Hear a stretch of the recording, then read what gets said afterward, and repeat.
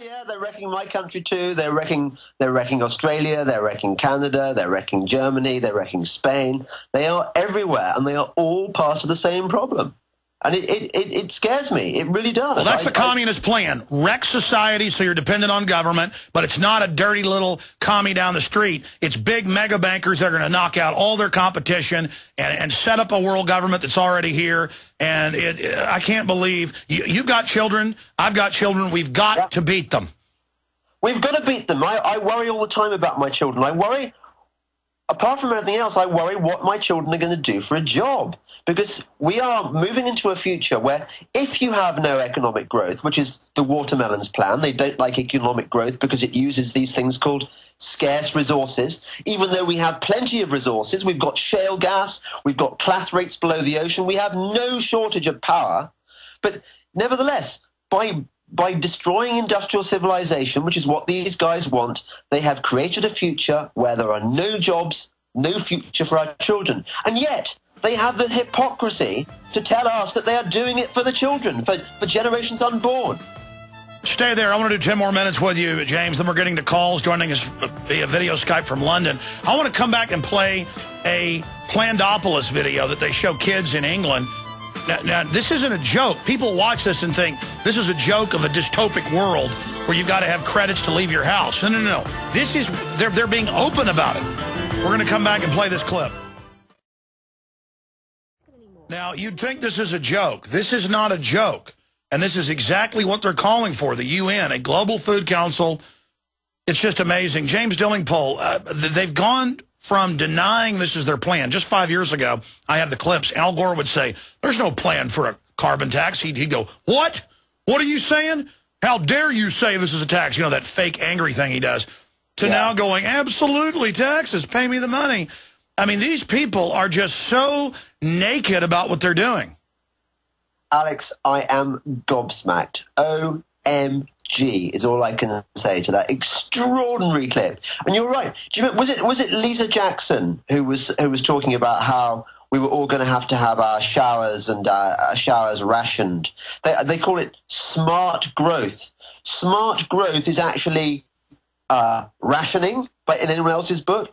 We had the leader of our Green Party in Britain, Caroline Lucas, who was talking about putting Britain back on a war footing. And what she wanted was a return to the days when the government made our decisions for us about what we could eat, about all the healthy food, which is so good for us. No. The BBC actually had scientists on last year and said we all need ration cards that track our calories, what they were just saying right there. And now they admit, we're going to take your kids if they're overweight. We'll decide. If your kids are shy, we're going to take them. You know, there's all this other oppression, too. I mean, these are systematic tyrants. Yeah. And, you know, Alex, if you came over to Britain, I think you would be shocked by how abject the populace is now. So few people in this country are freaked out by what is going on. So many of them accept it as normal. In the same way, I imagine that after a time in Nazi Germany, people got used to all the rules and regulations and the disappearances and stuff. You know, it's one of the facts of life you just had to accept to get on. But these are worrying times. Well, they're saying now, every pundit, Soros, you name it, give our private banks that sold you the derivatives total control over Europe and pass VAT and carbon taxes and pay us or face a depression.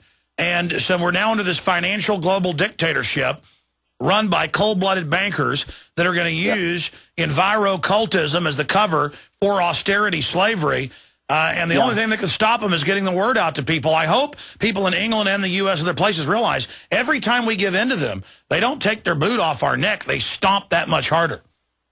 Well, Alex, you know, when I wrote my book Watermelons, I started writing it about a year ago. And I was writing about all this New World Order stuff. I was reading the Bibles of the Green Movement, you know, like Rachel Carson, the world's biggest mass murderer, probably the 20th century, with her banning of DDT, thus condemning lots of people to death from malaria. I read about these people, about Paul Ehrlich, and about the Club of Rome, and I thought all this stuff was kind of in the future.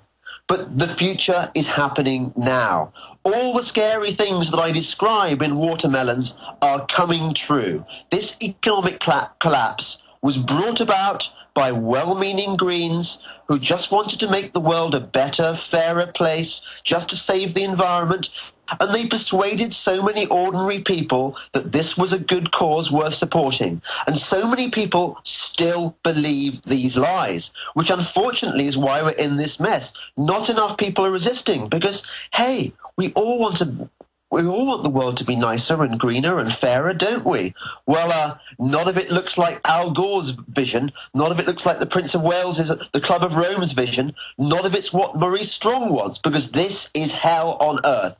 In the name of saving the planet, these guys have created hell on earth. Well, when you get around these professor types like Eric Pianka at UT and others, they get wild-eyed when they talk about everyone's going to die. The airborne Ebola is coming. Oh, we've got to do this. And then you find out that they're involved in all these calls to put things in the food and water to sterilize us. It's a guild of just murderous control freaks running around with a bunch of well-meaning do-gooder acolytes. But, you know, you talked about that big study they did, last year now, that came out earlier this year, in Canada, where they're 6 times more likely environmentalists to be criminals because it's rationalized that they can do whatever they want. It's like some type of moral authority thing. Instead of being good in business or good at art or accomplishing something, they like join the cult and then hate everyone, and they're like little priests who are going to go around and basically prosecute us or as heretics in some 21st century persecution. What would the word for it be? The Inquisition. Yeah, well, there's a famous line from the Club of Rome, which is, "The earth has a cancer, and the cancer is man." Now, if you actually believe, as these watermelons do, these environmentalists, if you believe that mankind really is a cancer on the face of the earth, there is nothing you would not do to save Mother Gaia. And that includes, I suppose, killing people, which is what effectively, when they banned DDT, when Rachel Carson brought the near global ban on DDT, that's essentially what she did to the people who died in the third world. But I don't think that these people are going to become less extreme as time goes by. I think unless we resist them, unless we explain what underlies their thinking, people are going to be carry on being taken in by this lie. You know, the people who are watching Al Gore's 24 Hours of Climate Lies, they're going to believe it, and they are going to persecute dissenting scientists, a bit like Galileo was persecuted by the Catholic Church. Well, Al Gore is starting, as you know, in his speeches to say, go after people, get in their face. They're like racists that beat black people. And so they really are inciting this. And as you know, in Europe, calling for our arrest and other people's arrest. In closing, you know, I think you really said it earlier. You would listen to my show years ago. I know you're a well-read research guy, and it does sound radical. It does sound insane. But it's not that I'm insane. I have really faced, and you've read their quotes here, what they are, who they are. I've confronted them. I've learned about their philosophy.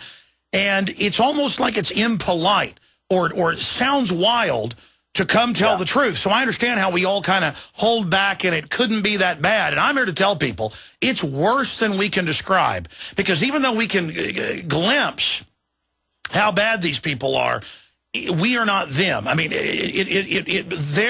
their control freak weirdness is beyond anything we can even grasp. And we must realize that we're not calling for their arrest. We're not calling, you know, even though they're calling for mass murder and all this, we're just saying these are dangerous people and they're calling for our arrest. Folks, these are authoritarians. These are modern Nazis. These are the progeny of every dictator and control freak, strongman cult, Mao Zedong, Pol Pot, Hitler, Julius Caesar, with a modern weird, ninnying, gibbering, control freak icing on top, and they must be met, they must be faced. These are dangerous people. Absolutely. Alex, at the risk of being immodest, may I recommend, as a useful primer to what is going on, this book I've written, Watermelons? Yes, I'll people get it. it does spell it out. It does explain the origins of this thinking in the Green Movement, how it was that people came to believe the biggest lie, biggest and most expensive lie in human history, how it all started, why the scientists lie, why the businessmen are getting involved, why all these disparate groups from the eco-fascists to big oil are all promoting this great myth. Hey, I've been to smart growth conferences 12, 14 years ago repeatedly, and you'd go to the Austin Convention Center, lavish, giant full-wall projectors, thousands of city officials, business people, former Dallas Cowboys, and it was all literal. And I have footage of this. I ought to re-air it. A lot of Austinites saw it on local access. I've talked to the head of Dell was there. Everybody was rubbing their hands together, cackling about the power grab and the money grab. And that's how they got business on board, is the big banks come in and give you unlimited financing to do this. They don't talk about Mother Earth at these meetings. They talk about, we're taking over. I mean, it is a mafia. Yeah, it's the corporations. It is about the abolition of the nation state, the abolition of sovereignty, the abolition of individual people's rights. We are being taken over by corporate machines. That's right. It's a total scam. Crony monopoly people with an army of well-meaning soccer moms and patchouli-wearing hippies marching forward into battle, having no idea what they're getting into. Well, listen, James Delingpole, I really appreciate you joining us, and we've had some victories in the war, but what I've gotten from you is that these are battles. We have not won the war yet, but we have bloodied the dragon and shown that it's not invincible. Alex, we are going to win because we've got to win, because there is no alternative, because our children and grandchildren will have no future if we do not win. Absolutely. This is the greatest authoritarian threat the planet has ever faced. Thank you, James Delingpole. Yeah. Thank you, Alex. It is a systematic cult of criminals. It is the priest of power. In fact, you printed me the 1984 stuff, John, 2 days ago, and I was going to read it. Will you pull it out of the stack or reprint me that area about the human boot or the boot stomping on the human face forever? I've got to get to that. You don't need me to tell you that humanity is in a deep crisis. Everyone can feel it. We know a tectonic struggle is now taking place between the forces of freedom and those who love darkness, bondage, and enslavement. Yes, my friends, evil is rising. But take heart. For every action, there is an equal and opposite reaction. Recently, New World Order operative Hillary Clinton admitted they're losing the info war. We are in an information war, and we are losing that war. The globalists are scared. They've overreached. The future of the info war is in your hands. Join PrisonPlanet.tv.